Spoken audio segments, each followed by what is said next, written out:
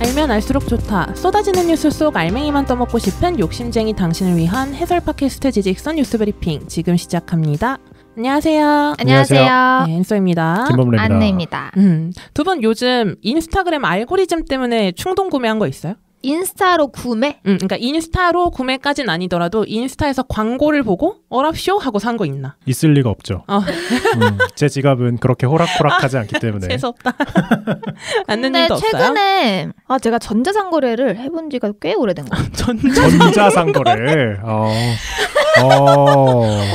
아니 생필품들 제외, 뭐 쿠팡 뭐 이런 거 제외하고 뭐 예를 들면 화장품, 옷 이런 것들을 인터넷으로 구매한 게 되게 오래된 것 같아요. 근데 거의 이런 거 오프라인? 있어요. 인스타로 구매에 포함이 될지는 모르겠는데 카페 예쁜 거. 카페 예쁜데 가는 거? 인스타에서 보고. 마케팅. 뭐 그런 거 있을 수도 있고. 근데 저도 최근에 그렇게 막 많이 사거나 하지는 않았는데 강아지 키우다 보니까 막 맞네. 관련된 게 너무 많이 올라와요. 그러니까 옷도 너무 많이 올라오고 막 영양제 아니면 펜션 이런 것까지 진짜 많이 올라오는데 옷 같은 거는 조금 혹해서 사게 되기는 하더라고요. 그래요? 이게 약간 내가 대형견 옷을 막 찾아서 보지는 않는데 내가 키우는 개가 대형견인 걸 이제 얘가 인지를 한 거야. 그래서 대형견이에요? 네, 거의 중대형견이죠. 16kg니까.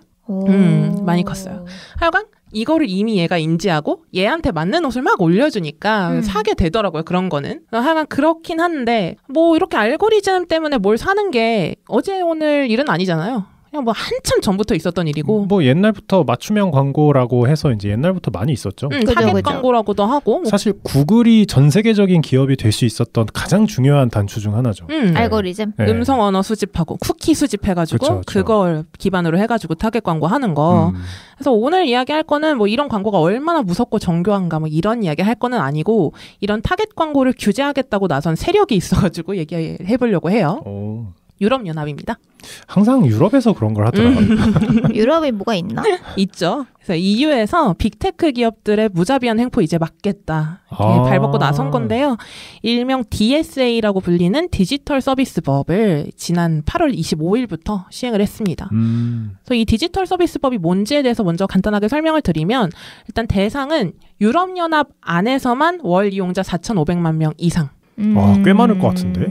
근데 유럽연합 안에서 거의 우리나라 인구만큼 이 서비스를 이용하는 사람이 월간 이용자 수가 있다라고 하면은 그렇게 많지는 않더라고요. 좀 그래요? 많이 걸러지기는 하더라고요. 그래서 사실상 저격하는 거는 구글이랑 메타, 애플, 아마존 같은 소수의 거대 기업을 저격하는 거라고 보시면 되는데 실제로 기준에 해당하는 서비스가 딱 19개 되더라고요. 그러니까요. 제가 생각하기엔 좀 많은 거예요. 네. 그러니까 왜냐면 이게 메신저류만 생각해봐도 그렇죠. 그 유럽연합이 한두 나라가 아니잖아요. 그리고 각각 나라도 몇 천만 명씩 있는 국가들이니까 19개면 꽤 많네요. 이게 기업 기준이 아니라 서비스 기준이어서 대상이 되는 게 뭐 그런 거예요. 아마존 스토어, 애플 앱스토어, 부킹닷컴, 페이스북, 구글 플레이 어쩌고 저쩌고들 다들 아시는 그런 건데 그래서 법의 골자 자체는 인터넷 서비스 기업이 허위 정보나 불법적인 온라인 광고나 혐오 발언이랑 같은 유해 콘텐츠를 단속하고 책임져라 이거예요.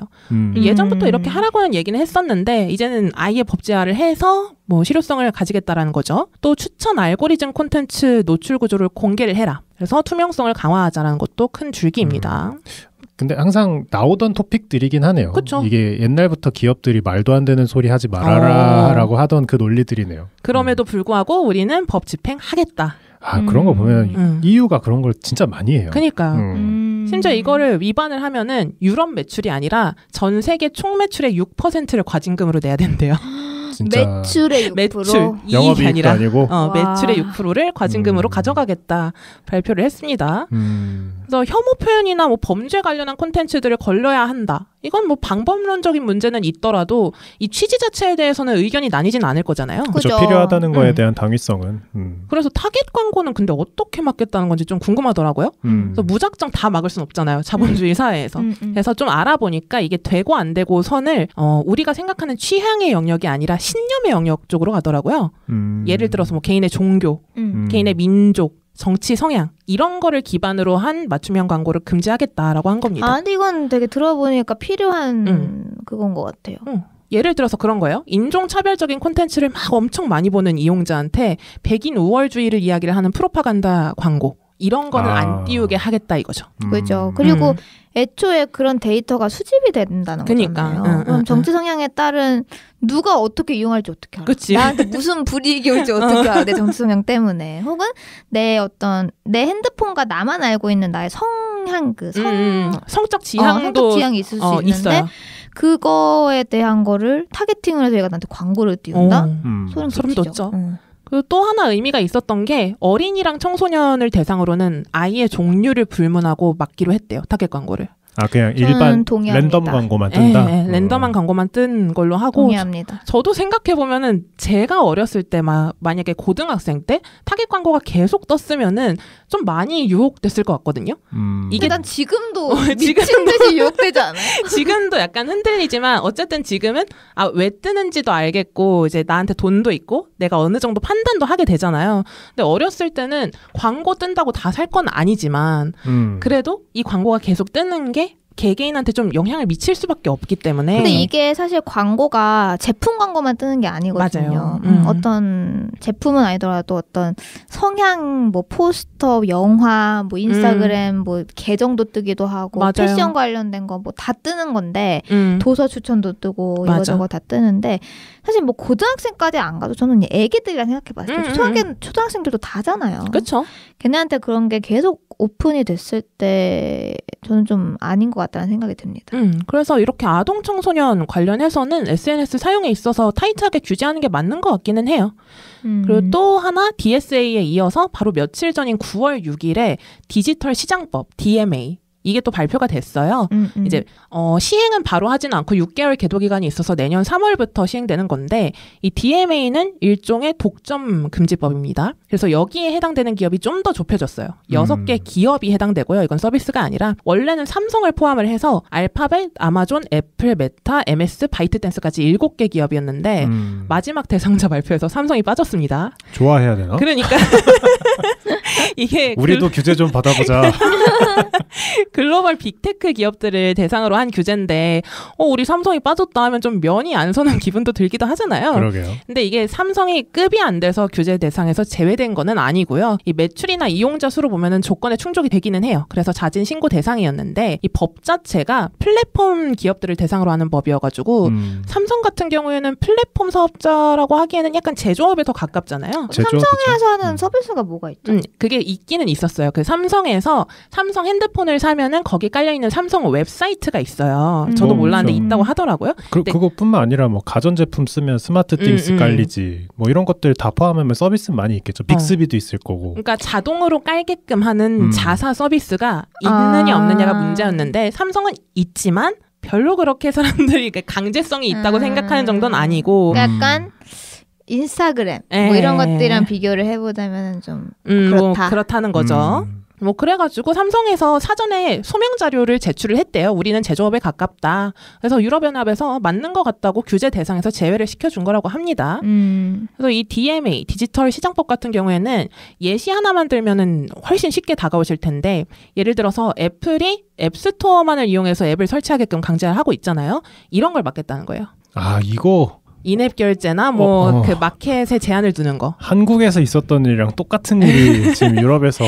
이거 뭔데? 한국에서는 너네 하지마 해도 어쩔 건데 어쩔람이 이러는데 맞아요.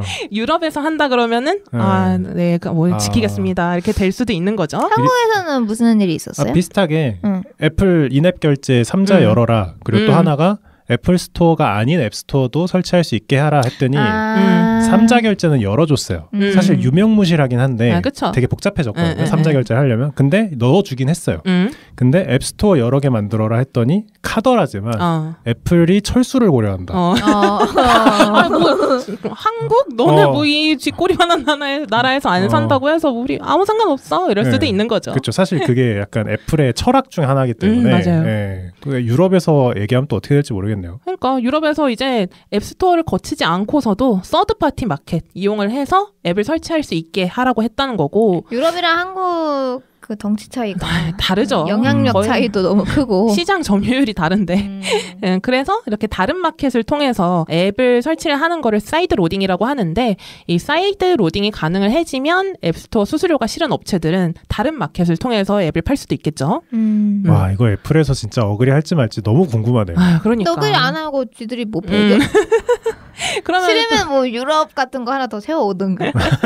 소비자 입장에서는 좋을 수밖에 없는 게 이게 열리면은 또 이제 삼성페이 같은 것도 우리가 다운을 받아서 쓸 수가 있거든요. 근데 왠지 그렇게 될 것 같아요. 제3의 뭔가 앱스토어를 깔려고 하면 본 앱스토어를 설치함으로 인해서 발생하는 모든 보안에 손해와 대한 문제 뭐 어쩌고 저쩌고는 책임지지 않습니다. 그리고 아이클라우드 싱크 다 취소되고 뭐 보증 기간 없어지고 뭐 그런 거 하지 않을까요? 그럴 수도 있겠죠. 근데 애플이 이제 기본 앱 이용률이 더 떨어지고 앱스토어 인앱 구매랑 구독 거래량이 계속 줄어들 걸로 이렇게 예상이 된다고는 하는데 실제로 어떻게 될지는 봐야 될 것 같기는 하고요. 상황이 이렇다 보니까 애플이 얼마 전부터 막 캠페인을 하고 있기는 해요. 당신이 신뢰할 수 있는 곳에서 당신이 좋아하는 앱을 깔아라. 이렇게. 근데 약간 그거는 되게 유명하죠. 앱스토어 물 관리를 애플이 진짜 열심히 하긴 하거든요. 빡세게 하죠. 물 관리. 네, 그러니까 안드로이드에 같은 검색어를 넣었을 때랑 애플 스토어에 같은 검색어를 넣었을 때 이제 트래시 앱이라고 하죠. 그렇죠. 진짜 어그로 끄는 광고 앱들 그런 게 거의 없긴 하거든요. 그리고 그게 약간 이제 뭔가 이렇게 미니멀리즘의 약간 애플의 철학이랑 좀 엮여 있다고는 하더라고요. 뭐 아무튼 다시 DMA 얘기로 돌아와서 DMA에서 또 하나 규제를 하고 있는 게 자사의 하나의 서비스에서 취득된 개인정보를 또 다른 서비스에서 알고리즘으로 활용하지 못하게 한다. 예를 들어서 알파벳 안에 구글 검색도 있고 유튜브도 있잖아요. 그러면 누군가의 구글 검색 기록을 활용을 해서 유튜브 알고리즘으로 이어지지는 못하게 한다. 그러니까 여태 되고 있었군요. 각박지네.